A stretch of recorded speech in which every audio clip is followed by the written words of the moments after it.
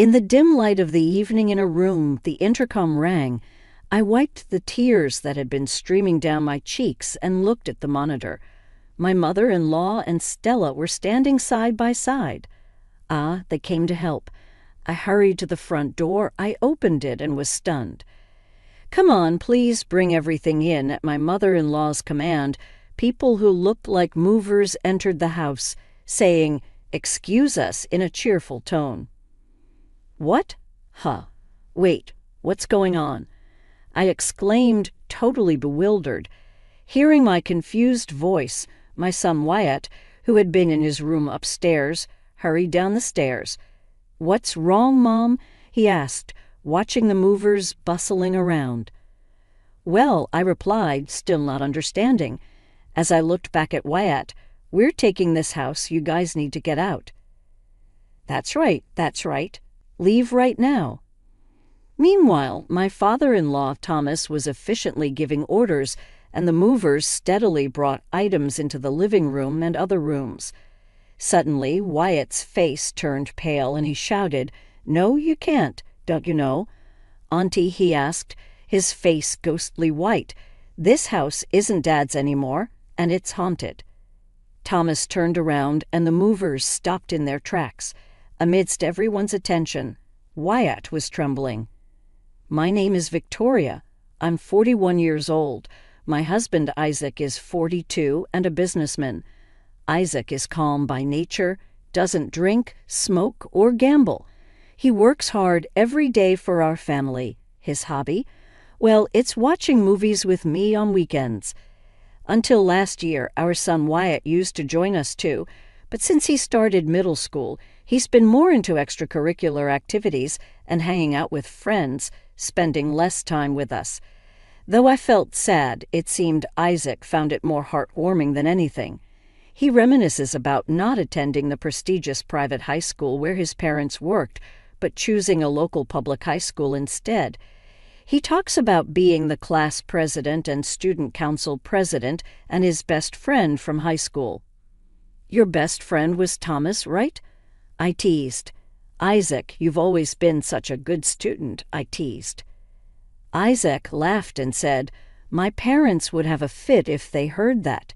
He gets nostalgic, saying, "Still, those were fun times." "Are you having fun now?" I asked while we watched a DVD at home. Isaac simply replied, "I am." Then he looked around the living room and corrected himself. "Well, actually, it's more like happiness. We chose and bought this house ourselves. I have a wonderful wife, a lively son," he said with a face so sincere that it made me blush. I couldn't ask for more. "That's where you say, 'a beautiful wife,'" I said playfully, swinging my arm. Isaac laughed, dodging it.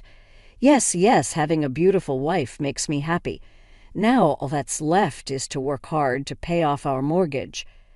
We're still paying off the mortgage on our house. Isaac has arranged it so I can stay at home mom without financial strain. I'm the lucky one to have such a kind husband like Isaac. As we sat side by side watching a DVD, I thought this to myself. Isaac has always said he's happy with our married life, but I can't help but think he wasn't very happy before our marriage, especially when he was at his parents' house. It's pretty obvious given the not-so-great relationship he has with his parents and his sister, Stella. I heard that the whole issue started when Isaac chose not to attend the high school his parents wanted him to go to. Stella, 2 years older than Isaac, obediently followed their parents' wishes, attending the high school they chose, keeping the high grades they obligated, and even working at a company they approved of. She can't think or decide for herself according to Isaac. That's the situation. It's easy to just do what your parents tell you, but it also makes you dependent and incapable of making your own decisions or adapting to different situations. This led to her inability to think nor make decisions and act on her own depending on the situation. Sure enough, when she started working, she found herself unable to do anything without explicit instructions. Feeling uncomfortable, she left the company in less than a year. Then her parents quickly arranged a match for her, and she ended up marrying the man her parents chose, despite having Isaac. They adapted my brother-in-law in as their son and had him live with them. To me, it doesn't make sense to adopt a son when they already have a perfectly good eldest son, Isaac. And speaking of their family, father-in-law is just a normal businessman. I also didn't feel the need for them to financially overextend themselves to send their kids to private high schools. Oh, that's just silly pride of my parents, according to him. There's a wealthy family living near his parents' house. Their daughter was the same age as Stella. They used to play together as kids, but from elementary school, she went to a private school and ended up distancing herself from the other neighborhood kids. There wasn't any particular incident with that family, but Isaac's parents seemed quite envious of them. They became determined to send their own children to private school as well, saving hard to afford Stella's private high school education. Thanks to the circumstances, dinner at home was rather simple, but Stella's lunches were always extravagant, leading to a rather peculiar dietary lifestyle. Isaac, seeing no need to strain himself attending a private high school, chose to go to a public high school instead. I think that was a wise decision. However, my in-laws were furious, and their attitude towards Isaac changed drastically from that day. They used to take pride in the envious glances they received when mentioning the prestigious high school their daughter attended. When asked about their son, they might have felt embarrassed to admit he attended a public school, but they would have dreamed of a life above unnecessarily, and it would not have been that good. My in-laws and Stella's family, along with their 3 children, live in a rented house. I'm not saying that renting a house is bad, of course, but I do wonder if there were other ways to use the money effectively besides making the parents look good. They went into debt to send Stella through private high school and college, and they're still paying it off. I could never really understand my in-laws' view on money. This was also evident in the amount of money given as Christmas gifts. The amount of Christmas gifts given to Stella's children and Wyatt was noticeably different. It could be a difference in affection since they lived together, but it seemed unfair to Wyatt. I couldn't help but sigh at the thought of Wyatt also being affected by this. My in-laws also seemed to dislike the fact that we owned our own house. A 2-story house, the house with its 4-bedroom layout, is larger than my in-laws' place. A study room, huh? Pretty bold for someone from a public school. Such a fancy house is wasted on you folks. They occasionally visit our house and make such snide remarks. Furthermore, they nitpick things like, "There's a stain here," or "The hardwood floor is discolored here and there," and then dismissively comment, "It's not all that impressive after all." Honestly, I don't see the point in them doing that. If they don't like it, they don't have to come over. Isaac thinks it's because they're jealous. They don't have money themselves, and yet here we are, owning a house, even if it's with a mortgage. Isaac laughed, saying it's all because they're always trying to make themselves look good. Outside, my brother-in-law is probably not poorly paid either, and my father-in-law, even in his 60s, is still working. But their debts are holding them back. Don't worry about it, Isaac says. However, when Isaac and Wyatt are not around, my mother-in-law and Stella take their chance to visit. Lately, they've even started to wander around the house while I'm making tea. We should turn this into our bedroom. My husband likes this European-style room. This large room would be great as a study room for the kids, don't you think? They were saying such presumptuous things to each other. "What are you doing?" When I finally asked them what they were doing, letting my annoyance show, they immediately put on a fake smile. "Oh, we were just having a look around. You're slow with the tea." I closed the door of the room they were peeking into and asked them to return to the living room. I was a little horrified when my mother-in-law asked for a duplicate key. There was no way I could give my mother-in-law, who walks around in people's houses without permission, a duplicate key. There's a risk of her snooping through our drawers and closets when we're not home. After treating Isaac so poorly, it seemed incredibly selfish for them to ask for a key.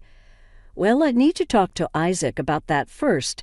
At the time, I brushed it off and waited for Isaac to return before firmly declining over the phone. How can you not give a key to your parents? My mother-in-law was furious, but unfortunately, we just can't trust those parents. Anyway, please come over only when either Victoria or I am home, Isaac told her before hanging up.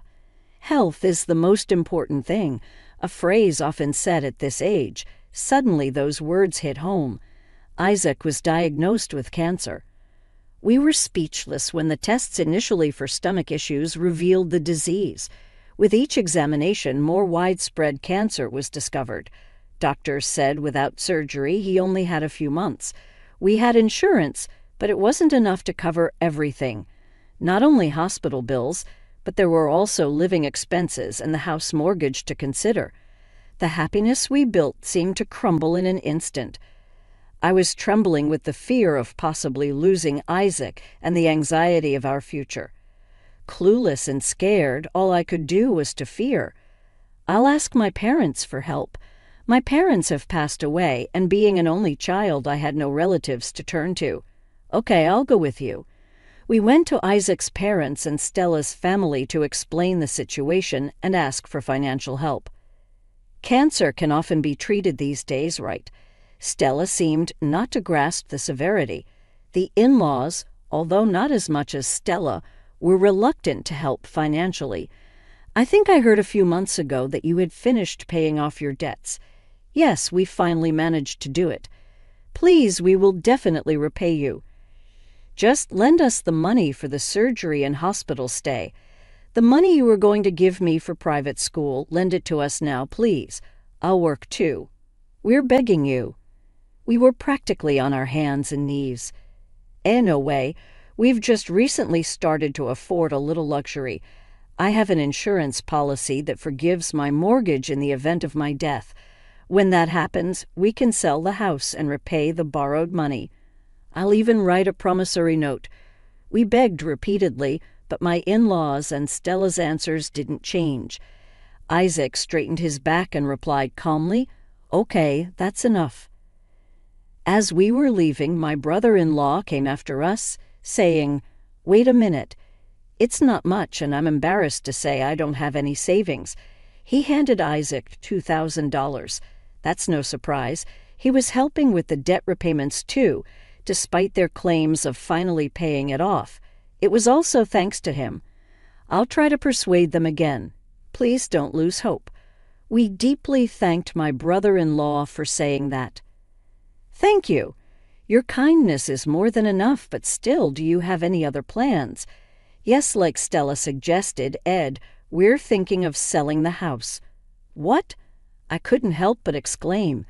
It's easy to say, but selling a house involves procedures and takes time.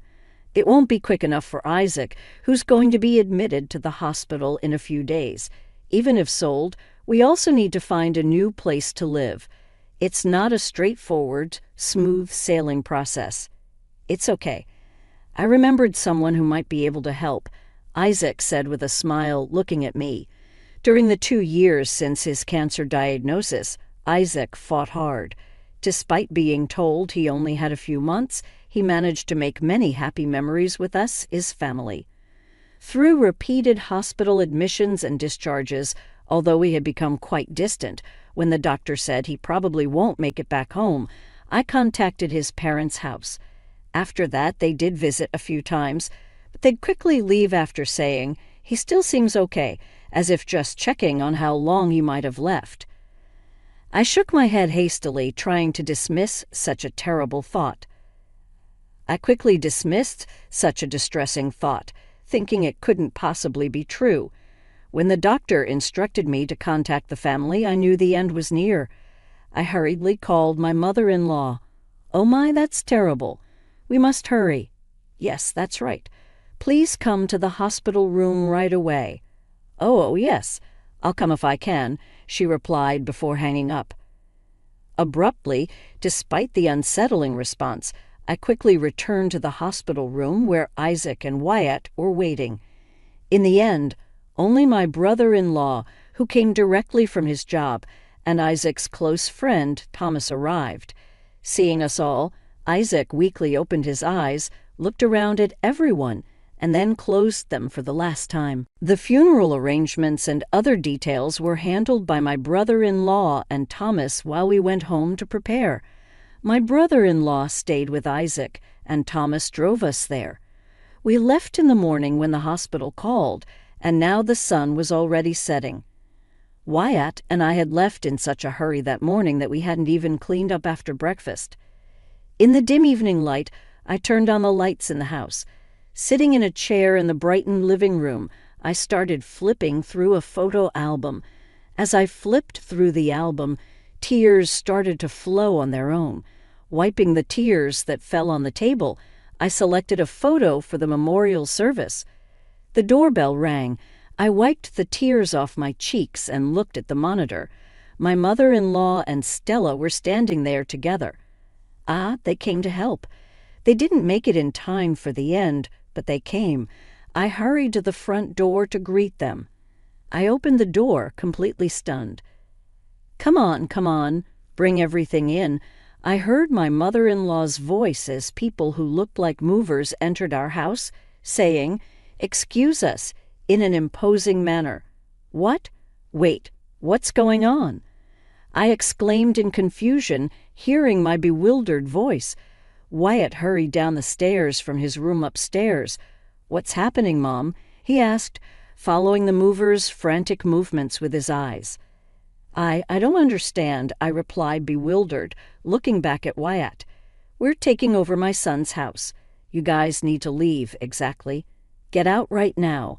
While they spoke, my father-in-law briskly directed the movers, and the belongings started to fill the living room and other rooms quickly. Wyatt, changing his demeanor abruptly, shouted, "No way. Don't you know, Auntie?" he asked, his face pale. "This house isn't Dad's anymore, and it's haunted." On hearing this, my father-in-law turned around, and the movers stopped in their tracks as everyone's attention turned to Wyatt, who shivered visibly amidst this. Someone entered the house. "What are you doing, bringing stuff into someone else's house without permission? Get out right now." Thomas's loud voice echoed throughout the house, and probably the neighborhood, startling everyone. The movers, without even confirming with their clients, started to hastily remove the belongings they had brought in. Confused about what to do, the belongings were left on the street in front of the house.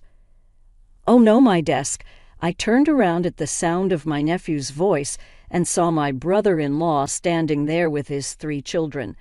As the kids complained about their belongings being left on the street, my brother-in-law asked Stella, "I came here after getting a sudden call about moving, but what exactly is happening here?" Normally mild-mannered, my brother-in-law was clearly angry. "What? But Mom said they were moving. What are you talking about? You agreed to this too." Amidst their ugly argument, my brother-in-law coldly announced, "I can't deal with you two anymore. I want a divorce." "What? Wait, what are you talking about?" My brother-in-law then directly negotiated with the movers to have only his and the children's belongings taken to his parents' house. "I'm sorry to trouble you at such a difficult time. For now, I'll have the movers take my kids and our stuff to my parents' house," he said, not even glancing at Stella. He and the children then left with the movers. Stella collapsed in tears on the street, and my in-laws stood dumbfounded among the scattered belongings. Neighbors came out to see what was happening, turning the scene into a nightmarish spectacle. "Can we at least move these things inside? They're in the way here," Thomas suggested. I nodded in agreement. "Yes, that's fine. This is your house after all." "What do you mean?" my in-laws asked, clearly confused. "Here's the real story. I heard he was Isaac's high school classmate, but his appearance and aura were so intimidating that I mistakenly thought he was from that sort of world. Wyatt, even as a middle schooler, was so scared that he clung to me tightly. Worried, I glanced discreetly at Isaac. Noticing my gaze, Isaac tilted his head and then burst into laughter after a moment. "It's okay. Thomas may look intimidating, but he's a respectable businessman now." Wyatt piped up cautiously. Suddenly, Thomas's eyes widened, and he gave Isaac a smack on the head. Even though Isaac was sick, I couldn't believe it, but Isaac just laughed heartily. Wyatt was so pale that I was worried whether he was even breathing. "Thomas never came to our wedding, even though we invited him. He never visits when we ask him to come over either," I remarked. That reminded me. The name Thomas often came up in Isaac's stories about his school days and nights out. From the stories, I had pictured a reliable, good friend, so I never imagined they were the same person. "Look at me. I don't attend weddings or visit homes because my scary appearance might cause trouble." So that's why you're still single, huh?" I'll hit you again. Watching their playful banter, it was clear he was the Thomas I'd heard about. I couldn't help but chuckle listening to their conversation. Both of them stopped and looked at me. "Oh, sorry. It's just that Isaac is so childishly excited." "Isaac's always like this, Thomas. Wyatt is here, remember? A father's dignity is important," I said. "Dignity, huh? Dad never had that in the first place. Wyatt's interjection lightened the mood. I told Thomas how disappointed Isaac had been that he couldn't attend our wedding, and I expressed our wish for him to visit us anytime. "Thank you. Now let's move on to business, as we don't have the luxury of time," Thomas said, suddenly becoming serious. "First, let's take a look at the condition of the house." Thomas went through each room, checking their condition one by one. After inspecting everything, including the exterior walls and the meter box, Thomas took out his laptop and started typing something. After a while, he turned the screen to show us. "How about this price for the house?" The amount he proposed took my breath away. It was higher than what we paid for the house. That's a very generous valuation, but can you really sell it at this price? It's been about 10 years since we moved in, and it would be counterproductive if it doesn't sell." We hadn't renovated for many years. Like my mother-in-law and sister-in-law said, "There are stains here and there, and the hardwood floor is old," I said. I heard about that from Isaac. They were talking about how they would use each room right. "Yes, that's right. That means they think it's good enough to live in as it is. Don't worry, it will sell at this price," Isaac reassured me. "You can trust Thomas." "All right, please proceed at this price," I said with a smile. Thomas immediately laid out several documents on the table. "Oh, and we need to find a new place to live," I added. Thomas responded with a smile. "Yes, of course." Rental agreement forms were also laid out among the documents. "First, I'll directly purchase this house. That clears your first concern. Then I'll rent this very house back to you. There, your second concern is also resolved," Thomas explained. I was dumbfounded. Thomas continued, "I'll transfer the money from the house sale to your account within a few days. We can use it to pay off the remaining mortgage." Thomas smiled confidently, a grin that completely erased his previously intimidating impression, resembling a boyish joy. While filling out the documents, I noticed the rental amount for the house. $200. Both Isaac and Wyatt seemed surprised, leaning over to look at the document. "You mean $2,000, right?" I laughed, thinking it was a mistake. Thomas said, "No, it's not a mistake. What I owe that much to Isaac," he explained after a moment of thought. Isaac replied simply, "No, you don't." But Thomas began to tell me about their time as students. It turns out Thomas was a real delinquent in his youth, getting into trouble with the police numerous times and frequently involved in fights that left his mother in tears. One day during those high school years, his mother, who was a single mother, was hospitalized. The combination of exhaustion and stress had taken its toll. When Thomas rushed to the hospital, he was shocked to see how frail and diminished his mother had become. He realized that his behavior was the cause of her stress and broke down crying like a child. From that point on, he changed his ways, stopped fighting, and stayed out of trouble with the police. However, one day a cigarette butt was found on the school's rooftop. The cigarette butt had ignited nearby trash, causing a small fire.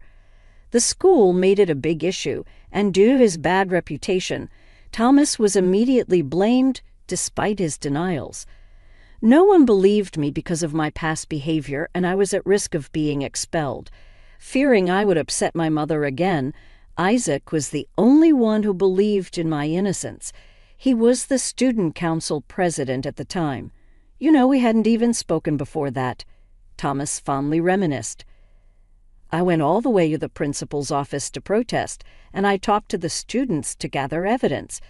I managed to find the person who smoked the cigarette. Of course, I believed him.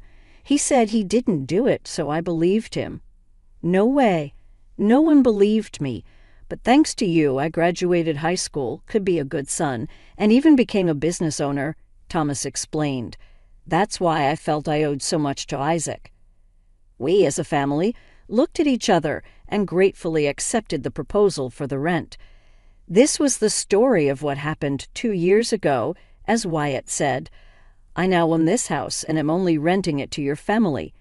If you don't believe me, I can show you the documents later, Thomas said, glancing briefly at Wyatt and then smiling at my in-laws. However, if any of your families want to rent the house, that's fine too. I can rent it out to you at a very reasonable price. I was surprised, and Thomas smiled. I can also introduce you to new properties. The funeral was over without a hitch, and we had moved out of the house and into a 2-bedroom apartment that Thomas had recommended. Just unpacked the essentials. We'll probably be moving back to the house soon, Thomas said with a grin. Curious about why he thought so, I asked him. Wyatt, also intrigued, came closer to listen. Actually, at that time I thought about kicking them out, but then I changed my mind. Here's the plan, Thomas whispered conspiratorially. 3 days later, we returned to the house under the pretense of having forgotten some items. Thomas accompanied us, and my mother-in-law reluctantly served us tea and snacks. How do you like living here? Wyatt asked his father-in-law, who had answered with delight. Really? Absolutely. Do you ever hear sounds on the stairs when no one's supposed to be there? Or in the bathroom? Wyatt asked, looking around the living room, visibly scared. Come to think of it, Wyatt, you mentioned it, right, about the ghost. Yeah, Mom probably doesn't know, but ever since Dad got hospitalized, there have been weird noises. Like I saw the hem of a skirt at the top of the stairs, thinking Mom had come back, but when I checked, no one was there. That's nonsense. Interrupting his mother-in-law's words, Wyatt and Thomas simultaneously jerked their heads to look upstairs. Is someone upstairs? That's impossible. Stella, who had become quite downhearted since her divorce from the brother-in-law was decided, was silent. But in the living room, hey, cut it out with the weird talk. I didn't hear anything. Wyatt and Thomas exchanged glances and quickly gathered their things. That's a relief. We'll be taking our leave now. They hurriedly left the house and got into the car. The in-laws, who had come to see them off at the entrance, had a frightened look on their faces. In the car, we burst into laughter. Thomas's plan was to use the spur-of-the-moment lie Wyatt had told about seeing a ghost. It's a punishment for being cold and distant to Isaac for so long. In what world do parents and a sister who leave their dying son behind and start preparing to move into his house exist? Thomas said, almost spitting the words as he drove. His words felt true. Eventually, Thomas and Wyatt kept repeating similar things, and even paranormal phenomena that were never mentioned seemed to start occurring in that house. The in-laws and Stella were scared on their own, mistaking house noises for poltergeists. They complained to Thomas and Wyatt, but we never experienced any of it. The power of suggestion is scary, isn't it? Wyatt said with a laugh. Finally, unable to bear it, the in-laws and Stella moved out of the house. Thomas apparently helped them find a house within their budget. That was business. I made sure to refer them, found them a cheap apartment within their budget. Thomas said with a sly grin. Wyatt and I applauded him. By the way, Stella, who divorced her husband, had to start working again to pay child support. She seems to be fully experiencing the harshness of society now that the parents who used to take care of them are gone. They have to fend for themselves. I really hope they make it in the end. We returned to the house we bought with Isaac. We can't buy it back, but we still get to live there for $200 a month. The brother-in-law and his 3 kids have started showing their faces again. Stella seems to want to get back together, but he's not considering it at all right now. And once a month, pretext of collecting rent, he makes sure it's on the monthly anniversary of Isaac's death. After paying respects at the altar, we have dinner together. He even listens to high schooler Wyatt's troubles. Wyatt and I have a little secret joy. It's the stories about Isaac's student days that Thomas sometimes shares during dinner. Many of these stories are new to us, showing us sides of Isaac we never knew. I'm sure Isaac is laughing along with us at the dinner table, making excuses like a child, saying, well, you know, he'd say making excuses like a kid.